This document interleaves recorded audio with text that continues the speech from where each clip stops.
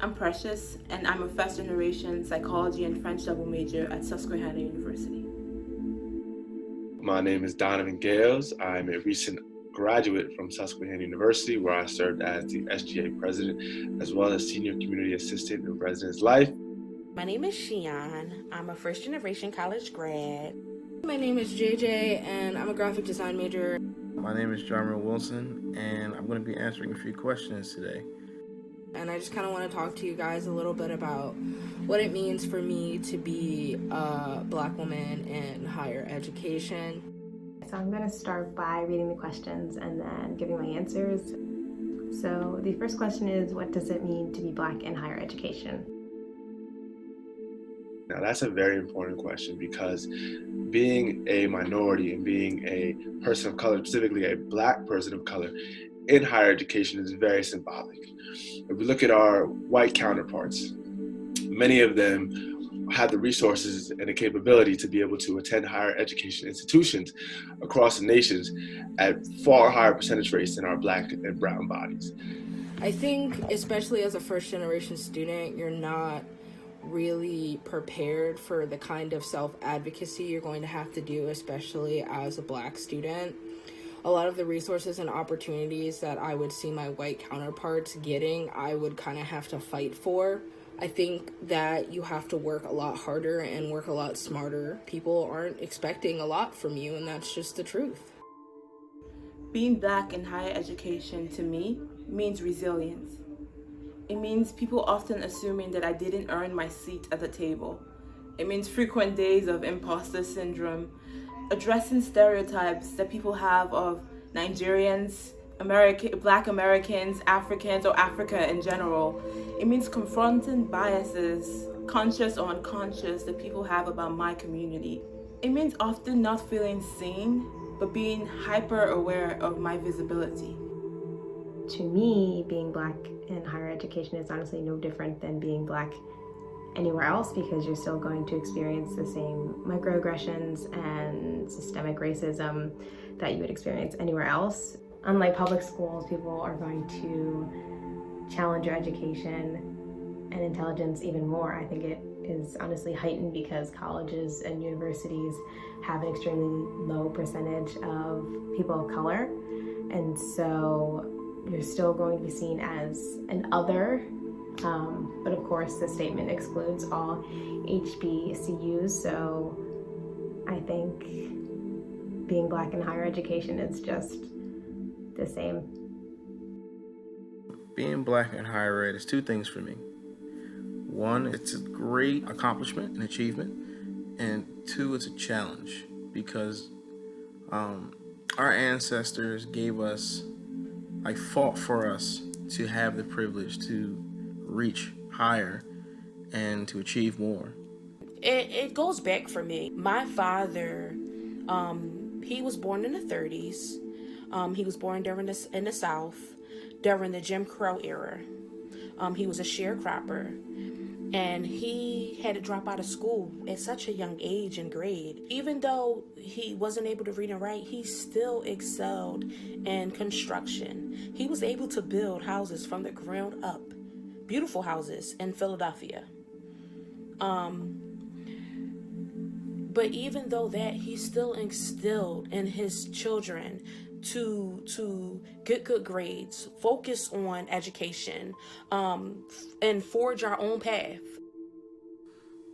But even with being able to reach much higher and achieve much more with a college education, we are still behind, because the school systems that we are raised in and come up in typically don't prepare us adequately for the challenges of higher education. Being Black in higher education means Black excellence. And Black excellence means having no limits, having no boundaries, going the highest you can go, doing what our ancestors couldn't do. It is something many of our parents did not have the privilege of. It's exceeding expectations. Students from my generation are graduating, they're getting degrees, and they're moving on to breaking boundaries. It truly means that Black people in higher education are breaking boundaries, and we're creating generational success.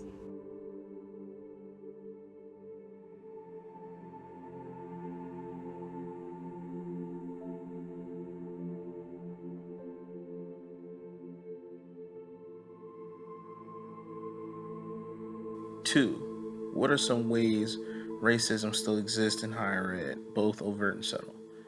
Racism in higher education is present. It depends on whether the university is large or small, but it is present in both. There are two very distinctive types of racism, and we'll talk about the overt one first because that is clear, straight to the point. Like, you really can't miss it. The overt racism in higher education is not getting that prioritization in class. Being treated as just a body in a classroom, or not getting that on-campus job as opposed to your white counterparts, or not being good enough for a scholarship or an opportunity as opposed to white counterparts because of the color of your skin or because of where you come from. It's being labeled the angry Black woman when you're passionate about a topic or an issue. It's speaking and having your words be treated like a representation of your entire community. I can only speak for my school, my college. I went to school for registered nursing. I'm a registered nurse. There were a lot of grade changing. It was a big scandal in my school. The whites were having their grades changed for the better, and the Blacks were having their grades changed for the worse. We were all scared to speak out, to speak up for ourselves. We didn't want to say anything. We feared losing out on the time that we invested in nursing school. We feared that our grades would be changed, that we would be kicked out. Studies do show that Black students are disproportionately suspended in schools across the country. And if a teacher believes in negative stereotypes, they are more likely to punish Black students for smaller, non-violent acts, or be quicker to punish them and leave them a smaller room for error. When we see a lot of these campuses and universities that allow speakers and presenters on campus who believe in these ideologies of racism and hatred and bigotry, when we allow those speakers on campus, regardless of the First Amendment right, people have the First Amendment right to free speech however they like. However, if a college campus is allowing that speaker to speak on that campus, knowing that speaker holds those viewpoints, they're allowing those viewpoints to be perpetuated. When students are vandalizing, school property with swastikas and slurs like the N-word, and the university fails to adequately dismiss those students from the university, then now those are overt racist encounters and instances in which maybe the university itself didn't perpetuate, but they are allowing to run rampant by allowing those students to hold those type of ideologies and behaviors.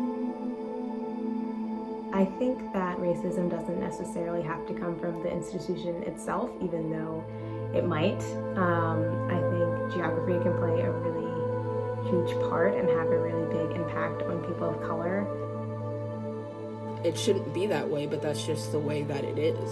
Especially going to a school like Susquehanna, where you're kind of in the middle of nowhere and there's like lots of racist people, and you have to know when and when not to speak up for yourself. And that's definitely a very personal and internal struggle that I dealt with a lot during my time there. And I actually left because I couldn't take it anymore. I felt like I was pushing a boulder up a hill and it kept falling back down on me because everything that I did seemed to be thwarted somehow by the efforts of other groups and other people. I know that I went to a university that was in a very unsafe place for a person of color, and there were a lot of Confederate flags, and I know that I felt very unsafe going off of campus. I went to a small university, and with that, representation in the Black community is not fairly represented.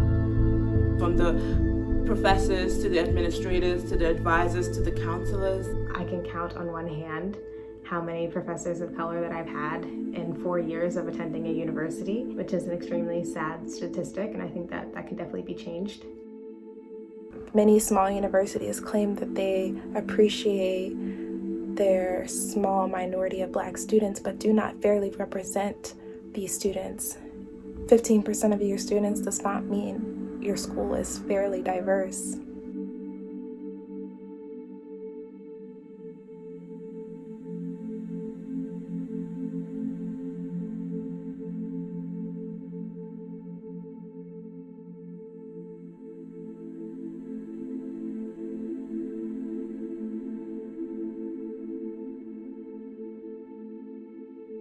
Are there well-meaning statements that you hear that are actually hurtful?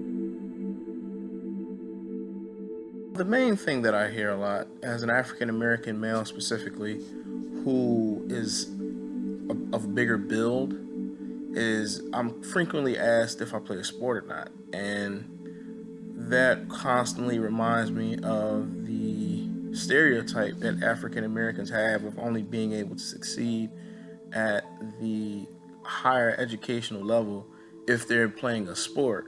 And as an African American, it's like a slap in the face, because it's saying that I can't succeed unless I'm playing sport. Statements I often heard personally was, "You're pretty for a Black girl," which basically originates from white people characterizing Black women as creatures or something that can't be beautiful, which is impossible.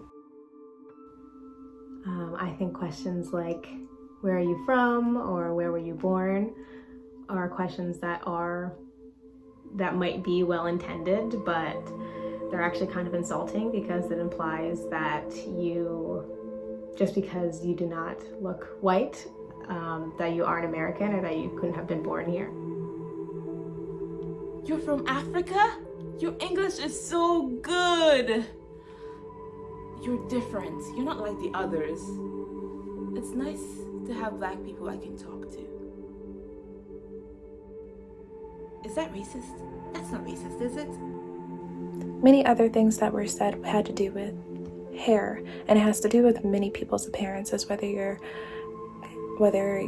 dark skin, light skin, whether you have curly hair or natural hair. Many people will always ask to touch your hair or touch my hair. And it's not only degrading, but it's just not okay, and my answer will always be no. It is not my responsibility to cure your curiosity. There are absolutely well-meaning statements that people may think that, oh, I meant that in good conscience, but they are inherently demeaning and inherently damaging to the psyche and to the internal. One of those statements is, you speak very well for a Black person, or you are very smart for a Black person. There are a lot of well-meaning white and non-Black professors that don't necessarily realize that they're being racist or committing microaggressions, like telling you that you speak well or that you're very articulate. People often say that a person of color is articulate just because they're well-spoken, and that is really demeaning, and it implies that other people of that race are not. When people say, you talk white, or you sound proper, like only white people can talk proper. Only white people can talk proper English. Like, what are you saying? You're trying to say that Black people don't speak well just because we don't maybe talk or sound like white people? Is that not speaking well? Things like that are backhanded compliments that are actually really racist. People often say these things thinking that they're just trying to find out more information, or they're trying to give you a compliment, but really these are really backhanded compliments. And they might think that they are being nice and gracious because they think that despite your Blackness, you have come so far to come to this, prestigious institution of higher learning. and this goes back to slavery time, where they had to hide the books and the paper. If I say I'm in college, you shouldn't naturally assume that I'm there because I can run fast or I can jump high. I should be acknowledged as an academic just as much as my white counterparts because I made it there as an academic. Everybody likes to assume that racism is just the blatant person holding up a Confederate flag and a Trump banner and bring back slavery poster. Everybody likes to assume that, oh, okay, well, because I didn't do that, then I can't be racist because I don't see color. The statement, I don't see color, which I have heard often, what it feels like is that they are unwilling to acknowledge that people have different lived experiences based on the color of their skin, and it sort of feels like they're disconnecting from the issue. If you are an individual who clutches their purse or zips their bag up tight when they walk past a black student on campus, then those things are perpetuating racist ideologies and racist tendencies. Another statement is the all lives matter. Now, when people say Black Lives Matter, they're not saying that Black lives are the only lives that matter. Of course, all lives matter, but in the current climate especially, Black lives are the ones under scrutiny, and Black lives are lives that, by some, are viewed as sort of lesser. So when people say all lives matter, it's almost like they're, trying to ignore the fact that there's a problem here in America in regards to racism towards black people. When they say that, it's almost as if they're trying to ignore it, and that it hurts more than it helps. People like to say that, oh, well, I didn't mean for it to be racist. I was just It's a case of intent versus impact.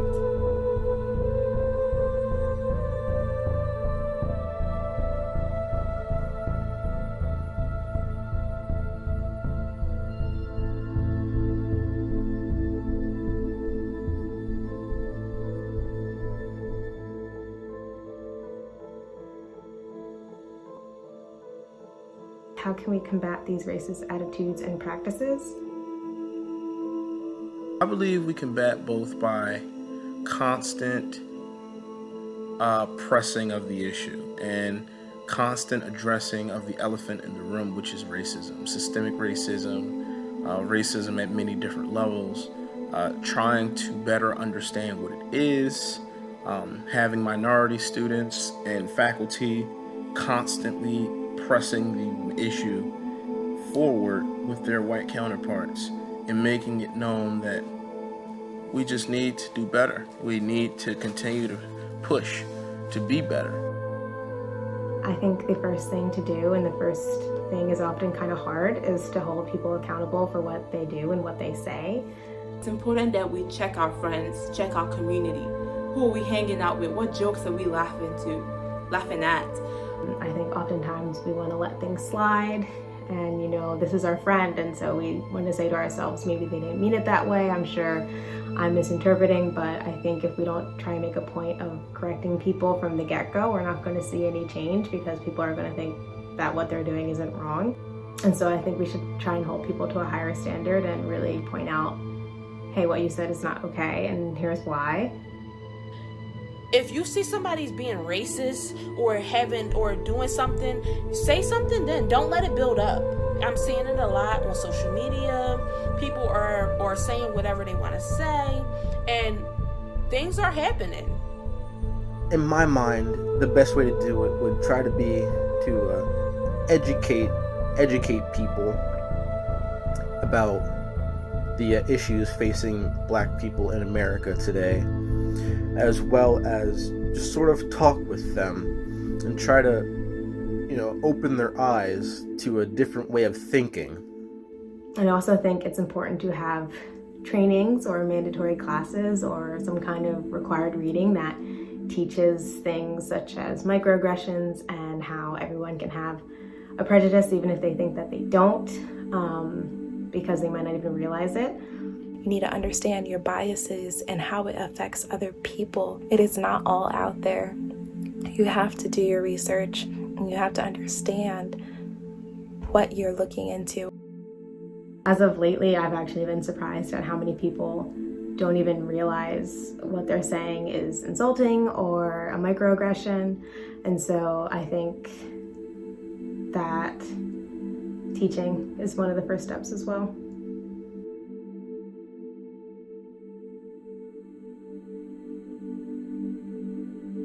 Education is definitely going to be the key to combating these racist ideologies and practices all across not only higher education, but all levels of education. Because if students know the truth about what America is, there'll be a deeper understanding of the struggle that Black and brown bodies have had to encounter over the last not only 400 years, but 500 years, hundreds and centuries of years. They tend to whitewash the education that we receive, especially K through 12 education, because I don't know about anybody else, but in my history class, K through 12, I was always taught that, Columbus sailed the ocean blue, 1492, he was a hero. He discovered the Americas. Like, he came over here. The Pilgrims came over here and they started life here because they want to explore and expand. What they don't teach you is that all these colonizers inhabited land that was already lived on. So they didn't discover anything. They came to a location that was already inhabited and well, but like the colonists that they are, took that from the individuals that were already there. They tell you that Christopher Columbus was a great explorer. They don't tell you that he was a rapist. They don't tell you he was a murderer. They don't tell you none of those things.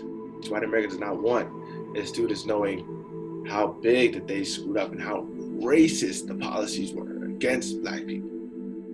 Look at Black Wall Street, for example. Blown up because Black people were able to coexist not only well, but their Black Wall Street surpassed anything that the white counterparts could have thought of. So what they do, they blew it up. That isn't taught in schools. They don't teach you about all the lynchings. They don't teach you about Malcolm X. They don't teach you about the important individuals that made strides for the Black movement. They teach you about the big names, Harriet Tubman, Rosa Parks, which is, don't get me wrong, that's amazing. We want to hear about those people. But we need to be educated on everything, on the truth. They did not teach us in school that slaves fought in the American Revolution. They didn't teach us that. They didn't teach us that they were fighting for their freedom. They were promised freedom if they were to fight in the American Revolution. We did not learn that.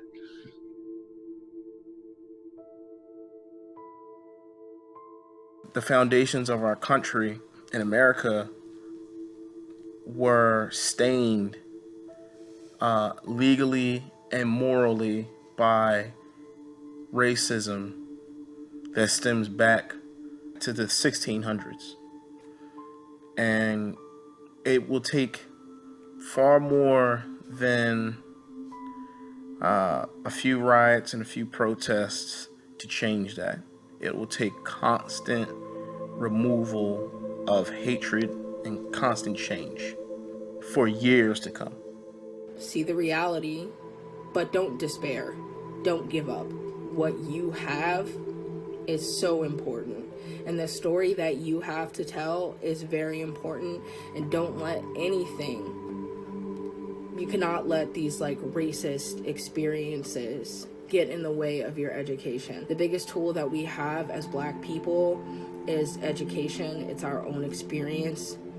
And it's using that experience in these typically traditionally white spaces to make space for ourselves. You don't need a seat at their table.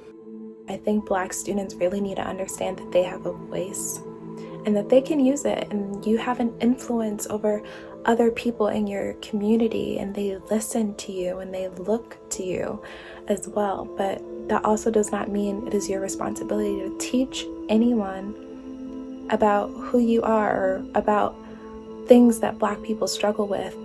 It is not your responsibility to educate people. Don't give me the job of having to make you feel comfortable. Your Black friends, your Black peers, your Black students, they are just that. They're friends, peers, students. They're not Google. You know, I'm not Angela Davis. I'm not an expert on race relations and race theory and any of that. I'm JJ. I'm a graphic designer, you know, and I know a lot about these things because I have read. The book of James says that we should be quick to listen, slow to speak, and slow to anger.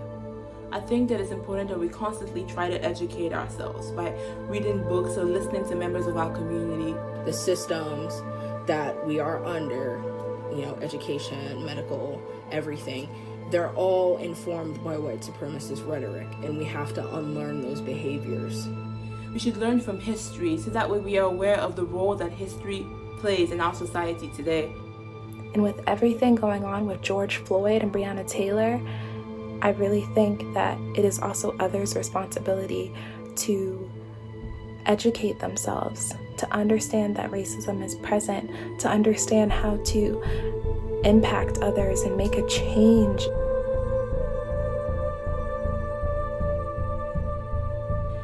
It's important that we have spaces devoted to fostering these conversations in our community. We shouldn't just jump on the diversity train, but if we truly believe in inclusion, our actions should reflect that value. People of color should be represented in various sectors of the educational system. We should also check ourselves. We can always do better and be better.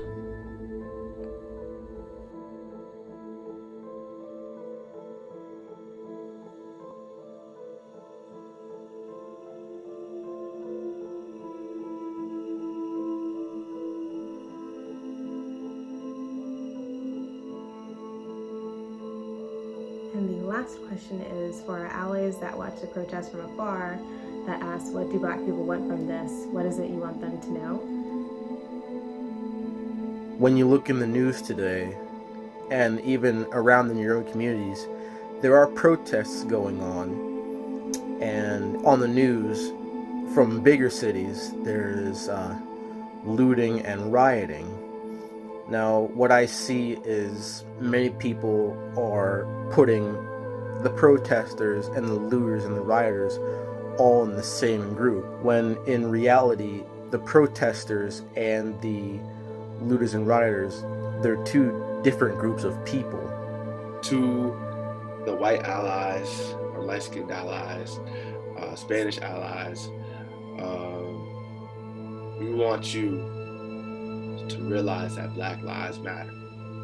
All lives will not matter until Black lives matter. It's insane, and it's actually quite sad to me that it's a controversial statement to say that Black lives matter. No one said that Black lives matter more.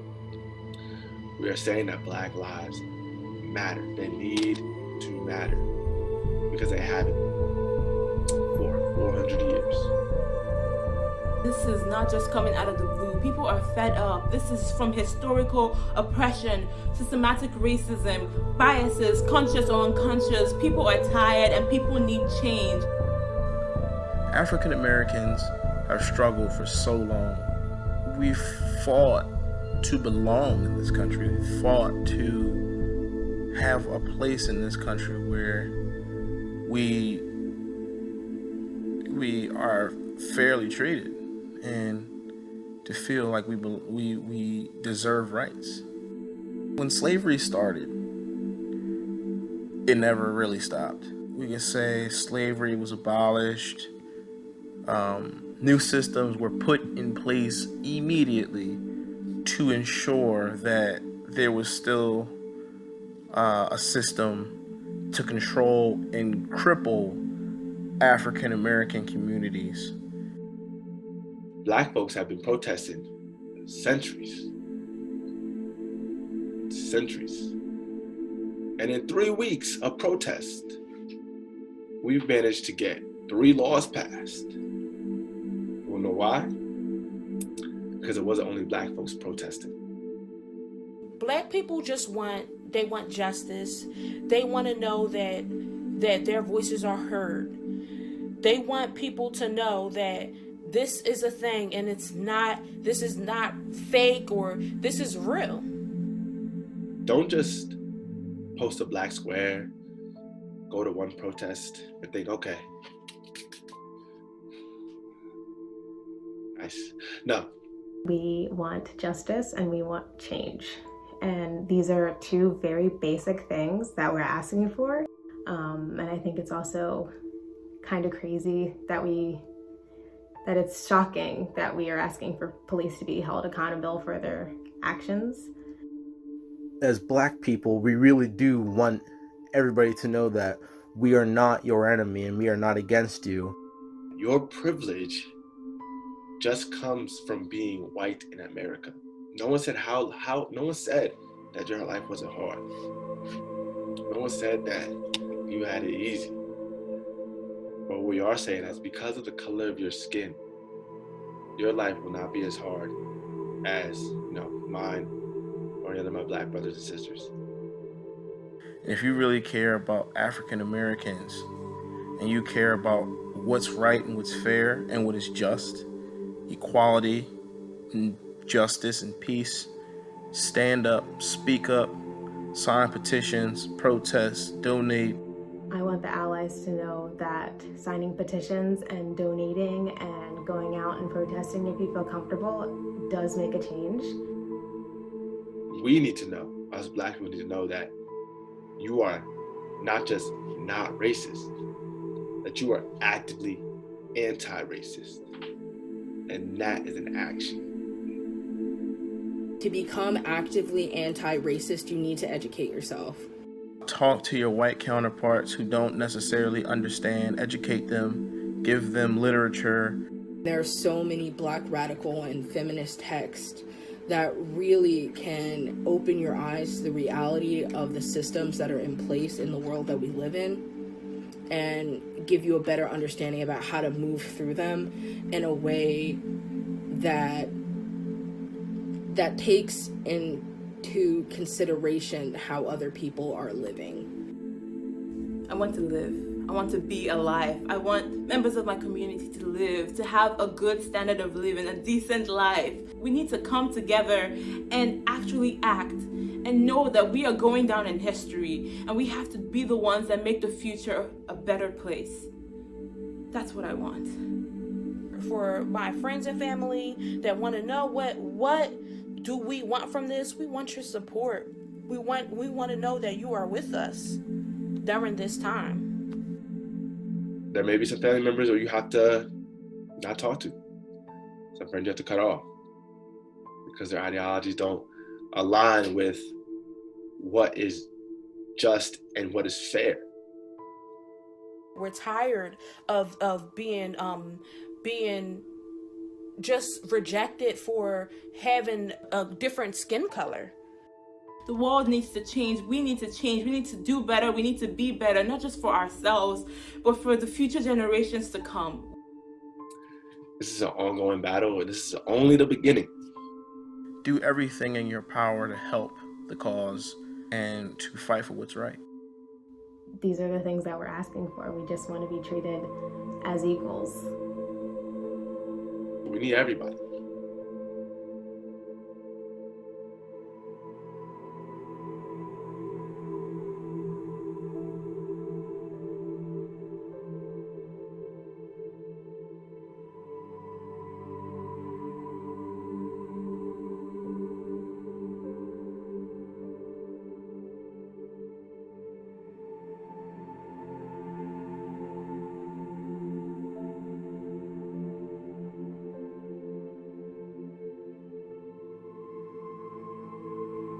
If anyone, if you want to talk, if you need help finding a resource, please contact me. I'll leave my email with Noah. If you have any questions, please feel free to contact Noah. Thank you guys so much. My name is Jemmer Wilson. Again, thank you very much. Thank you. God bless you all.